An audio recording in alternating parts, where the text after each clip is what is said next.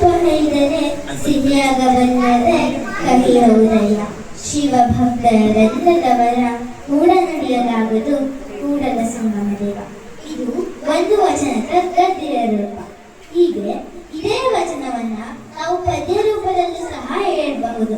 ಬೇವಿನ ಬೀಜವ ಬಿತ್ತಿ ಬೆಲ್ಲದ ಕಟ್ಟೆಯ ಕಟ್ಟಿ ಆಕಳ ಹಾಲ ನೆರೆದು ಜೇನುತುಪ್ಪ ಹೈದರೆ ಆಕಳ ಹಾಲ ನೆರೆದು ಜೇನುತುಪ್ಪ ಹೈದರೆ ಸಿಹಿಯಾಗಬಲ್ಲದೆ ಕಹಿಯ ಹೃದಯ.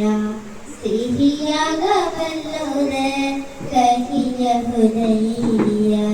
ಶಿವ ಭಕ್ತರೆಲ್ಲದವರ ಕೂಡ ನಡೆಯಲಾಗದು.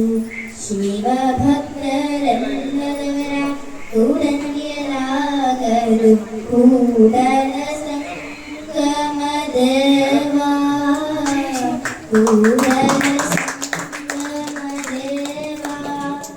ಈಗ ಈ ವಚನ ಸಾಹಿತ್ಯ ಯಾಕೆ 12ನೇ ಶತಮಾನದಲ್ಲಿ ಉಂಟು ಅಂತ ಹೇಳಿದ್ರೆ, ಆಗ ಜಾತಿ ಪದ್ಧತಿ, ಸ್ತ್ರೀ ಪುರುಷರ ಅಸಮಾನತೆ, ಅಸ್ಪೃಶ್ಯತೆ ಮತ್ತು ಮೂಢನಂಬಿಕೆಗಳು ಹೆಚ್ಚಾಗಿವೆ.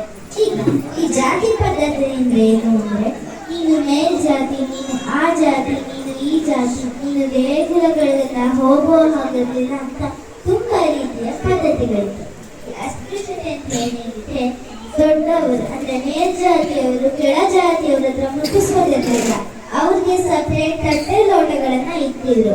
ಮತ್ತೆ ಅವರು ಕೆಳ ಜಾತಿಯವರು ದೇವಸ್ಥಾನಗಳಿಗೆ ಹೋಗೋ ಹಾಗಿರ್ಲಿಲ್ಲ. ಅನಂತರ ದೊಡ್ಡ ಅಂದ್ರೆ ಮೇಲ್ಜಾತಿಯವರಿಗೆ ಎಷ್ಟು ಹಕ್ಕುಗಳಿರ್ತೋ ಅಷ್ಟೇ ಹಕ್ಕುಗಳು ಕೆಳ ಜಾತಿಯವರಿಗೆ ಸಹ ಇರ್ತಿರ್ಲಿಲ್ಲ.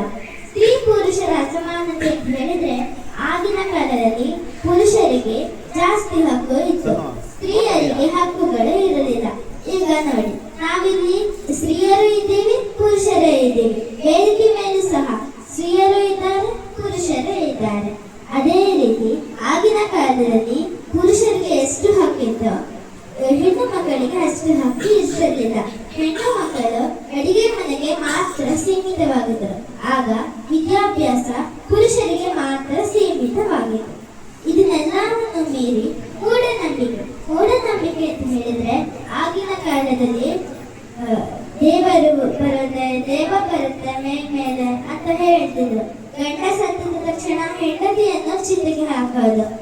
ಅಂದ್ರೆ ಗಂಡನ ಜೊತೆನೆ ಸತ್ತರೆ ಹೆಂಡತಿಗೂ ಸಹ ಗಂಡನ ಜೊತೆ ಸ್ವರ್ಗಕ್ಕೆ ಹೋಗ್ಬೋದು ಅಂತ ಹೇಳಿ ಒಂದು ಮೂಢನಂಬಿಕೆ ಇತ್ತು.